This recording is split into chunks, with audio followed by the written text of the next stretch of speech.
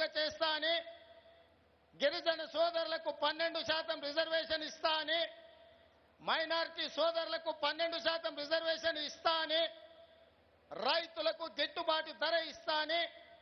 రైతు రుణమాఫీ చేస్తా అని చెప్పి ఇక తెలంగాణలో ఎన్కౌంటర్లు ఉండవు, ఆత్మహత్యలు అసలే ఉండవు, ధర్నాలు చేయాల్సిన పని లేదు, రాస్తా రోకోలు చేయాల్సిన పని లేదు,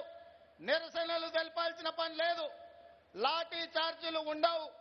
తుపాకీ తూటాల పేల్చుడులు ఉండవు,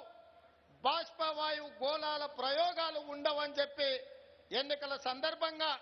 టీఆర్ఎస్ నాయకులు చెప్పడం జరిగింది. నిజమే కదా, పోరాడి తెచ్చుకున్న తెలంగాణలో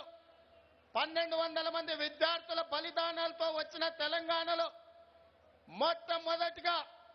తెలంగాణ కోసం ఆత్మ బలిదానాలను చేసుకున్న కుటుంబాలను ఆదుకోవడమే కాకుండా, విద్యార్థులకు ఫీజు రియంబర్స్మెంట్ ఇవ్వడమే కాకుండా, నిరుద్యోగులకు ఉద్యోగం ఇవ్వడమే కాకుండా,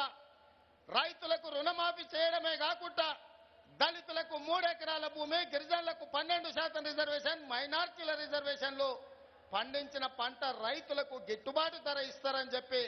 కల్వకుంట్ల చంద్రశేఖరరావు గారిని ఎన్నుకున్నారు. మరి ఇవాళ 1100 రోజులు పూర్తి కాబోతుంది తెలంగాణ రాష్ట్రం ఏర్పడి. ఈ 1100 రోజుల్లో 3300 మంది రైతులు తెలంగాణలో ఆత్మహత్యలు చేసుకొని, ఈ దేశంలోనే అత్యధికంగా రైతులు ఆత్మహత్య చేసుకున్న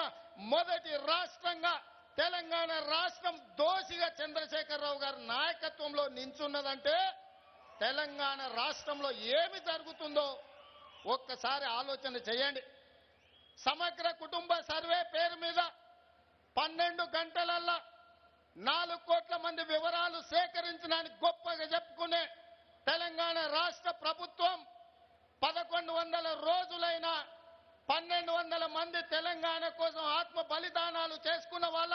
వివరాలు సేకరించలేదు. ఈ రోజు వరకు 500 మంది వివరాలు మాత్రమే సేకరించిందంటే తెలంగాణ కోసం ఆత్మ బలిదానాలు చేసుకున్న ఒక శ్రీకాంతాచారి, ఒక యాదయ్య, ఒక కానిస్టేబుల్ కిష్టయ్య, ఒక ఈశాన్ రెడ్డి, ఒక యాదిరెడ్డి ఢిల్లీలో ఎర్రకోట ముందల ఉర్రి కొయ్యలకు ఏలాడబడ్డ యాదిరెడ్డి ఆత్మలు ఎంత ఘోషిస్తున్నాయో ఒక్కసారి ఆలోచన చేయాల్సిన అవసరం ఉన్నది. అదేనా ఇవాళ కల్వకుంట్ల చంద్రశేఖరరావు గారు పదే పదే చెప్తుంటాడు, మేము తెలంగాణకు 1 కోటి ఎకరాల నీళ్లు ఇవ్వాలనుకుంటే మీరందరూ ప్రతిపక్షాలు అడ్డం పడుతున్నారని, భూసేకరణను అడ్డుకుంటున్నారని ముఖ్యమంత్రి గారు మా మీద ఆరోపణలు చేస్తుండు. నేను అడుగుతున్న ఈ వేదిక మీద నుంచి కల్వకుంట్ల చంద్రశేఖరరావు గారిని, 2013 భూసేకరణ చట్టం మీరు ఎంపీగా ఉన్నప్పుడు నీ పార్టీ ఉమ్మడి రాష్ట్రం